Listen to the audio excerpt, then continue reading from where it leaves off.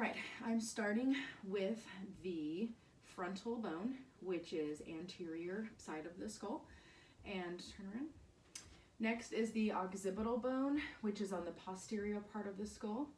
The parietal bone is here on the lateral side of the skull, and inferior to the parietal bone is the zygomatic bone, which is right here.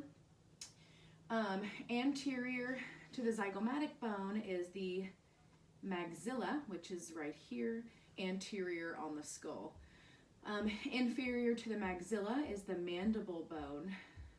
It is on the inferior side of the skull.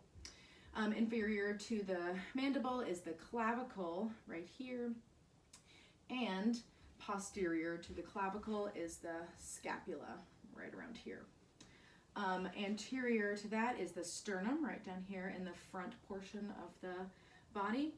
And then after the sternum is the humerus, which is lateral to the sternum and inferior to the clavicle.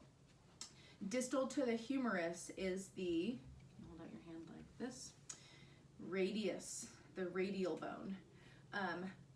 That is on the lower part of the upper limbs, and lateral to that is the ulna.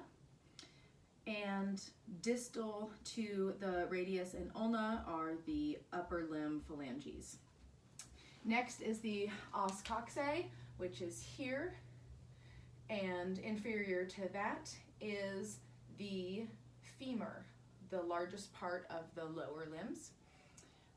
Distal to the femur is the patella, right here. Distal to the patella on the lower limbs is the tibia, right here.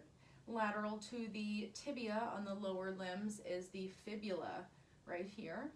And then distal to the fibula is the lower limb phalanges, and posterior to the lower limb phalanges, back here posterior, is the calcaneus.